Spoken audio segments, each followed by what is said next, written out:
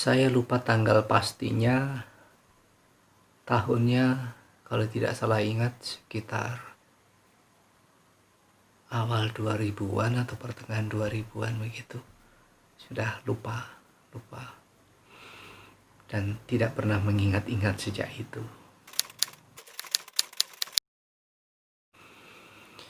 Reaksi pertama yang muncul begitu ada pesan disampaikan lewat seseorang agar saya datang untuk menghadap beliau. Tentu saja kaget, luar biasa kaget. Sebab pikiran saya kadung berkecamuk. Waduh, saya dipanggil ini. Sudah tidak enak sama sekali perasaan saya. Bingung, bimbang antara datang memenuhi panggilan beliau atau saya pilih mengabaikan. Saya tidak berani mengabaikan, tapi juga saya takut untuk datang. Jadi bisa Anda bayangkan seperti apa perasaan saya saat itu.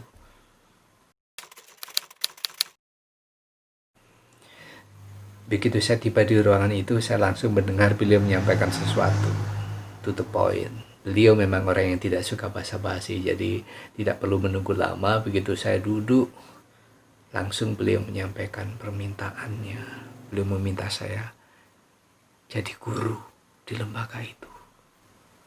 Wah, kaget ya, walaupun sudah terbayang, tapi tetap saja saya kaget ketika beliau menyatakan itu.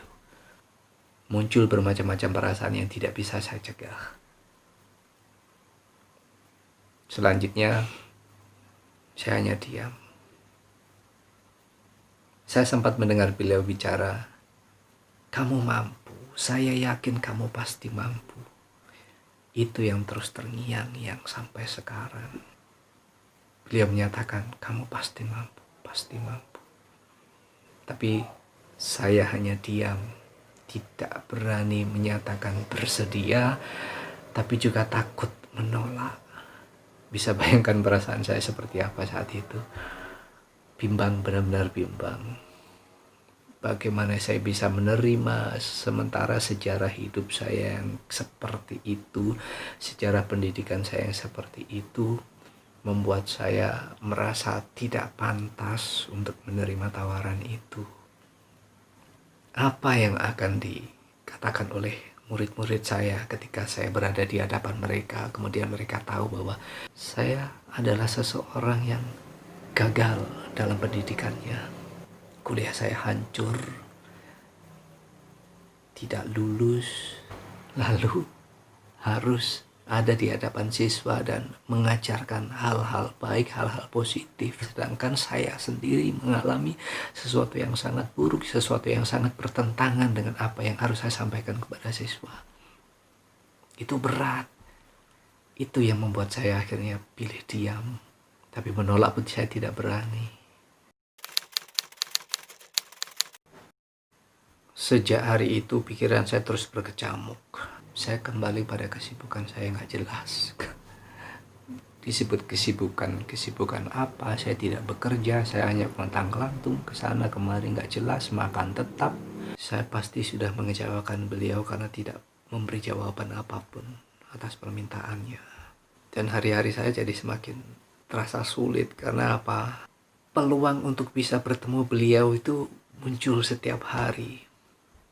Sedangkan saya tidak berani bertemu beliau. Bayangkan ketika suatu saat saya berpapasan dengan beliau, dari kejauhan saja saya sudah pilih menghindar duluan. Selalu seperti itu. Dan itu berlangsung selama 2 tahunan mungkin ya. Sampai kemudian muncullah keputusan itu. Keputusan untuk mencoba. Entah mengapa tiba-tiba dalam otak saya muncul pikiran, mengapa saya harus takut? Mengapa saya harus bimbang? Mengapa saya harus gelisah? Saya bicara pada diri saya sendiri. Apa yang kau alami itu sesungguhnya adalah sesuatu yang sangat berharga. Sesuatu yang tidak dialami oleh teman-teman yang lebih dulu masuk ke lembaga itu menjadi guru. Ya, karena mereka perjalanan sekolahnya baik-baik saja, secara pendidikannya baik-baik saja, tidak pernah tersandung oleh kasus apapun, tidak naik kelas lah atau apalah, mereka lancar mulai dari TK sampai lulus perguruan tinggi beres. Tapi saya tidak seperti itu. Justru sejarah gelap itulah yang bisa saya jadikan sebagai bekal untuk melangkah, untuk mengambil keputusan. Dan itu saya lakukan kemudian. Ya, saya harus berangkat, saya harus mencoba. Dan saya tentu saja siap untuk berhadapan dengan pertanyaan-pertanyaan yang mungkin muncul dari siswa. Karena sebagian dari mereka kan orang-orang yang tinggal di lingkungan saya juga, dan mereka pasti tahu bahwa saya berantakan sekolahnya, kuliah saya tidak lulus, saya tidak dapat ijazah. Dan tentu saja saya sudah menyiapkan jawaban seandainya ada di antara mereka yang menyatakan hal itu. Misalnya dengan kalimat, "Pak, dulu sekolahnya tidak lulus ya." Saya hanya akan bilang apa adanya tentu saja. Ya, benar. Saya pernah mengalami tidak lulus kuliah. Tidak ada yang akan saya tutup-tutupi. Toh, sebagian mereka juga sudah tahu. Saya justru akan menggunakan pengalaman itu sebagai titik tolak untuk bisa menyatakan hal-hal positif kepada siswa. Apa yang saya alami itu adalah sebuah kepahitan yang sangat tidak menyenangkan. Dan efeknya luar biasa. Dengan kegagalan itu saya merasa tidak percaya diri. Saya merasa malu bertemu orang, bahkan teman-teman saya. Saya selalu membayangkan suatu saat ketemu teman-teman lalu mereka bertanya, "Hai, apa kabar? Kamu kerja di mana? Sekarang ada di posisi apa?" dan lain-lain. Bagaimana saya mau bicara? Apa yang mau saya katakan kepada mereka? Faktanya saya memang tidak berbuat apa-apa setelah kejatuhan itu. Sedangkan mereka posisinya sudah enak. Yang sekolah guru sudah jadi guru. Yang sekolah jurusan lain sudah bekerja di bidang masing-masing. Sukses. Saya jauh dari kata sukses. Saya adalah produk gagal. Nah, kegagalan itu saya rasakan, saya alami. Otomatis saya akan bisa menyatakan dengan sesungguh-sungguhnya bagaimana perasaan saya. Teman-teman, ketika bicara kegagalan mungkin bicara sesuatu yang mereka baca dari koran mungkin, atau sesuatu yang mereka dengar dari orang lain. Tapi saya mengalaminya sendiri. Itu yang akan saya jadikan sebagai bekal untuk menguatkan diri saya di hadapan mereka. Saya bisa merasakan bagaimana pedihnya, bagaimana penyesalannya, bagaimana sakitnya, bagaimana malunya.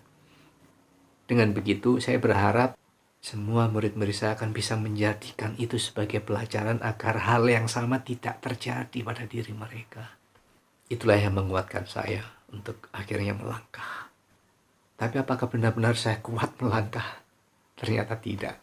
Tetap saja perasaan takut, perasaan gentar itu ada. Terutama rasa tidak percaya diri. Bagaimanapun saya adalah produk gagal.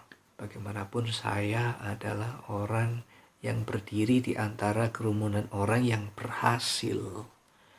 Saya adalah satu-satunya guru yang gagal di antara sekian banyak guru yang sekolahnya beres. Tapi saya akan berusaha untuk melaluinya, apapun yang terjadi. Satu yang saya sesali sampai hari ini adalah keputusan itu muncul justru ketika beliau sudah tiada. Beliau sudah menghadap Sang Khalik. Ya, mau bagaimana lagi, mungkin memang jalannya harus seperti itu. Saya sempat berpikir alangkah bahagianya hati saya saat keputusan itu muncul. Beliau masih ada. Yang jelas, itulah titik tolak saya untuk kemudian berjibaku, untuk kemudian berjuang. Yang pertama tentu saja berjuang mengatasi diri saya sendiri, berjuang menaklukkan diri saya sendiri dalam kondisi seperti itu. Dan itu tidak ringan, sangat tidak ringan. Sesiap-siapnya saya, tetap saja saya dihantui oleh perasaan bersalah, perasaan berdosa, perasaan malu, perasaan takut, perasaan sudahlah. Terutama rasa tidak percaya diri. Bagaimana saya berhadapan pertama kali dengan siswa.